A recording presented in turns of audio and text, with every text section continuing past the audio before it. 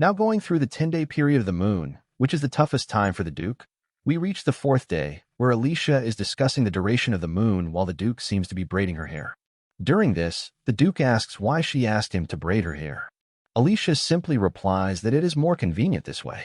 The Duke remembers the disaster when his hands once got stuck in her hair and wonders how she can call this convenient. While continuing, the Duke asks her to let go of his hands momentarily so he can focus on her hair. Alicia, finding the Duke curious, explains her reasoning. She tells him that unlike him, she must maintain her dignity and remain clean. She recalls how far away the washroom and bathing area are. She says that if she left him to his own devices, he would start suffering again, which she doesn't want. So she cannot just take baths more often, and braiding her hair helps to keep it from smelling or becoming dirty. The Duke, overwhelmed by the image of the effort ladies must put in to maintain appearances, surrenders and apologizes. Alicia gently tells him she did not explain all this to get an apology and reassures him that it's fine. She adds that the staff here is wonderful and, ever since she moved rooms, they have been working so diligently and with such happiness. They prepare her items and belongings in such a perfect way that she is able to save a great deal of time in her daily routines. Outside her door, she can hear the servants happily chatting, saying that spring has finally come to the barren estate of Tessen. Alicia thinks that in the future, the servant's affection may make the Duke miss her more when she is gone. When the Duke finishes braiding her hair, Alicia admires the result and is pleased. Out of curiosity, she asks the Duke a question. He allows her to ask, and Alicia wonders how, during the Rua period that lasts around 10 days, he has endured such cruel pain and torment all this time before she arrived. She also adds that, since he suffers so often, how is he still the undefeated warrior of the state and, despite everything, bears no scars? Hearing this, the Duke removes his shirt, revealing a belt with a dagger. As he starts to draw it, Alicia instinctively grabs his hand to stop him before he can. In that moment, she realizes she may have made a mistake. The Duke calmly tells her not to worry. Alicia, who has dealt with assassins for a long time, reacted without thinking, as her body is already trained. The Duke assures her she can be at ease since he has no intention of harming her. However, he asks her not to run away from what she is about to see. Alicia wonders if this is a warning that she should run away. The Duke suddenly strikes at his own hand, shocking Alicia, who has no idea what he is planning. But then, right before her eyes, the wound heals instantly, leaving no trace behind. Alicia freezes, recalling her time in hell where she could regenerate endlessly, no matter how much she was hurt. She is shaken to see someone else with the same ability as her. The Duke explains that he deals with the pain of the curse by inflicting new injuries on himself, which create a different kind of pain that forces him to focus elsewhere. He adds that he is immune to sickness, and he can survive without food, sleep, or water. Alicia is startled, realizing that she too went through something similar in hell. Surprised, she begins to wonder if, like her, the Duke has also ventured into hell. Alicia's worried expression catches the Duke's attention. She struggles to organize her thoughts about what she has just seen and what it might mean. The Duke tries to comfort her, saying people have always called him a demon, but she has nothing to worry about since he has never actually been to hell. Just as he says this, Alicia wets a towel and slams it against him, interrupting his words. She sharply asks why he is so worried that he feels the need to explain himself like this. The Duke looks at her and replies that he said it only because of the way she was looking at him before. Alicia, surprised, asks the Duke exactly how she was looking at him. He tells her that she is making the same face she made the last time, a face that shows pity for someone. Alicia, agreeing with him, thinks back on her time in hell. She remembers that she never felt hungry there, which was proof that she was truly dead. However, since she could not let go of her attachments to the living world, she tried to mimic the habits of the living. She forced herself to eat whatever she could find, dried leaves, tree branches, even soil. She swallowed it all, but in the end, none of it could be digested, and she vomited everything she ate. The Duke, suffering in similar ways, reminded her of those dark times. Alicia admits that the Duke reminded her of someone she once knew, and that is why she looks at him with such pity. Later, in the dining area, food is served, and the Duke asks her what she is planning.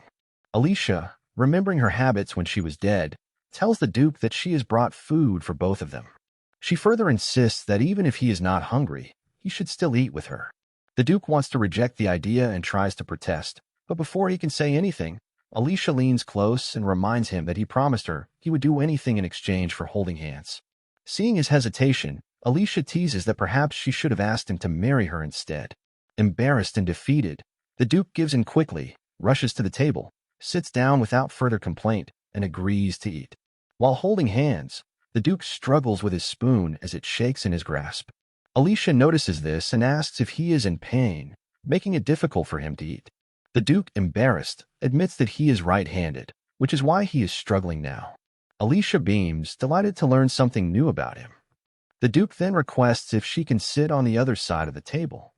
Alicia takes the opportunity to sit beside him instead, folding their arms together so that one hand remains free for both of them to use while eating. During this time, Alicia notices that the pain fades from the point of their touch. With this in mind, they continue to eat, drink tea, and carry out all their activities together, finding their shared position surprisingly comfortable. While they eat, the Duke tells her about Tessen, its weather conditions, political situation, how the clans are spread across the area, and the strategic importance of Tessen as the only entry point into the empire. They continue discussing various topics about Tessen until they begin working on a jigsaw puzzle. As they work, the Duke explains where some of the pieces should go. Alicia comments that he seems to know exactly how to solve it. The Duke replies that he has done it before, but what truly helped was that the faces in the puzzle were familiar to him. The jigsaw depicts members of the royal family, portrayed in a way that reflects their lives. Alicia asks if he has met them all in person. The Duke admits he has not, but he knows most of them through their portraits. He explains that the royal families place great importance on portraits, often commissioning dozens until one matches their liking. The Duke tells her that one day, she too will need to have her portrait made. Alicia picks up a puzzle piece, looks at the Duke, and thinks that he truly does look like a member of the royal family, but unlike them, he is different. Still, she concludes that his handsome appearance more than makes up for it, so there is no problem there. Just as they are playing around, a servant knocks at the door, announcing that there is an emergency, and the Duke has received a message from the capital. The Duke wonders what could be so urgent, as the Emperor never troubles Tessen during the Rua period. Yet, despite knowing what is happening in this time, they are summoning him to the capital. Alicia realizes that if this is truly the case, then it must mean that serious trouble is unfolding in the imperial palace. Now, upon receiving such an urgent summons from the capital, Alicia thinks about the time frame. At a fast pace, it would take them approximately 5 days to reach the capital. Judging from the timing and the expectation of the Duke's arrival, it is clear that something major is happening there.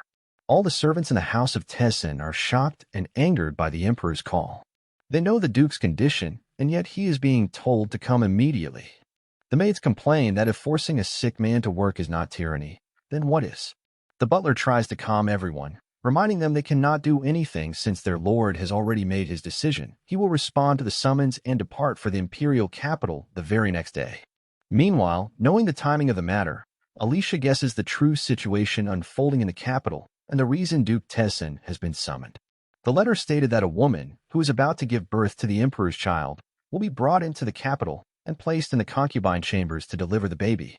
The problem is that this woman became pregnant outside the palace. Most likely, the plan is to stall until the Duke arrives so that his opinion can influence the matter in a steady direction. If the woman were someone ordinary, the matter would be simple. However, last night Alicia received information from Judith about the woman in question. It is Lady Maud, daughter of the Chancellor Marquis Manor. The issue is complex because the Chancellor is Duke Tessen's political rival, being the head of the former Emperor's faction. Alicia knows that if Lady Maud is accepted as a concubine by the Emperor, the threat to Duke Tessen will grow significantly. In the Empire, there are two major factions that dominate political decisions. In the past, the balance between them began to shift, but now this incident could push it further. The Emperor, who has long yearned for an heir, would automatically show greater favor to the Manor family. If the Duke were to oppose Lady Maud's entry, then no matter how loyal he has been to the imperial family, his opposition would push the Emperor toward his rivals, and the Duke could no longer expect the Emperor's protection. Taking into account the complexity of the case, Alicia decides that the time has come for her to make a new prophecy. On the next day of departure, the butler tries to stop the Duke from overexerting himself since he is unwell. He suggests that the Duke take a carriage rather than a horse. The Duke refuses, saying he has already informed the emperor that he is on his way and must arrive as quickly as possible. The butler insists again, but his efforts are in vain. At the 12th hour, Alicia arrives, calling out to the Duke. He looks at her in shock, worried to see her ready to join the journey. When he tries to stop her, saying that no matter what he will not take her, Alicia slams her luggage on the ground and declares firmly that she will go with him. The Duke feels uneasy, knowing he is about to lose the argument to her again. Alicia tells everyone to give them some time alone, and Daisy along with the butler quietly leave, already certain the Duke will be persuaded by the lady. Alicia steps closer to the Duke, telling him that he will take a carriage with her. She takes his hand and reminds him that he is ill. She asks what he plans to do about that on the way. She explains that in the last few days she has realized his pain disappears when she touches him directly, and even through fabric the effect still works. However, leather blocks it completely. Alicia says she has been thinking about how she can help ease his suffering. The Duke tries to dismiss her concerns, insisting he is fine. But Alicia presses further, asking how he can say he is fine when she is holding his gloved hand that does nothing to stop his pain.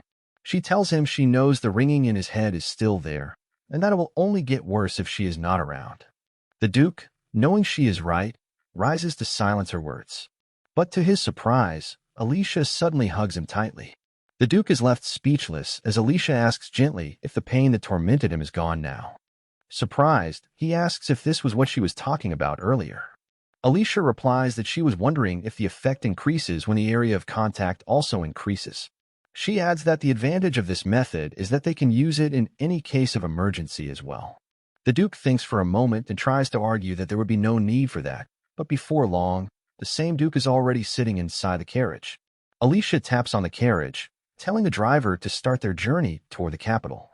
As the journey begins, many small problems arise along the way. Inside the carriage, silence lingers between them. While sipping her tea, Alicia notices that the Duke looks like he is about to say something at any moment. To test whether it is her imagination, she calls out to him. Ready for what feels like a battle of words, and sweating slightly, the Duke tells her to speak. Alicia mentions that if the lady in question gives birth at the imperial palace, then the child will be the emperor's firstborn, if she is not mistaken. The Duke, clenching his hands, admits she is correct. He adds that she must then understand the true reason why this matter worries him, and why he would not like the idea of her giving birth there. The problem, he explains, is that if she is taken in as a royal concubine and then gives birth to the heir, the child will have the right to succeed the throne in the future. The tradition of the empire is to pass down the throne to the emperor's first child. Alicia asks if his worry implies that since the child was conceived outside the palace, it may not truly be the emperor's child. A drop of tea slips from her hand as she explains that there is a way to identify members of the royal family through their royal. The royal dot is a special mark that has been passed down through generations, appearing on the bodies of royal family members. Hearing this, the Duke adds that indeed all members of the imperial bloodline, including himself, the current emperor, and his siblings, possess these marks on their bodies. Alicia tells him that the mark is actually artificial, created by giving medicine to family members so that their descendants are born with it. These marks have preserved the purity of the imperial bloodline. However, she adds, there is a loophole. The Duke reveals his fear that the child may actually be the result of an affair with one of the emperor's brothers.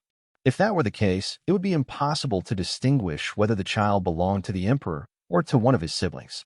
Duke Tessen, being an upright man, firmly believes in staying true to his principles. This very quality, however, often makes him an obstacle to others, resulting in enemies scattered throughout the empire. While his loyalty to the throne is unquestionable, his intentions are often misunderstood, and many view him as unpleasant or difficult. Alicia tells the Duke that this is the emperor's first child, and rather than making the emperor angry or displeased, which would cause them even more trouble, they should approach the matter by offering congratulations. She advises him not to worry too much about the future. There will come a time when opportunities will open for them, and a new bloom will arise. With this, Alicia decides to give the Duke a new prophecy. Just as she is about to speak further about the matters taking place at the palace, a sudden shock from the bumpy road interrupts her. She nearly falls, but the Duke catches her in his arms, holding her like a princess. In that very moment, Alicia gives her prophecy. The emperor will indeed have his first child, but it will not be a boy. It will be a princess of the empire.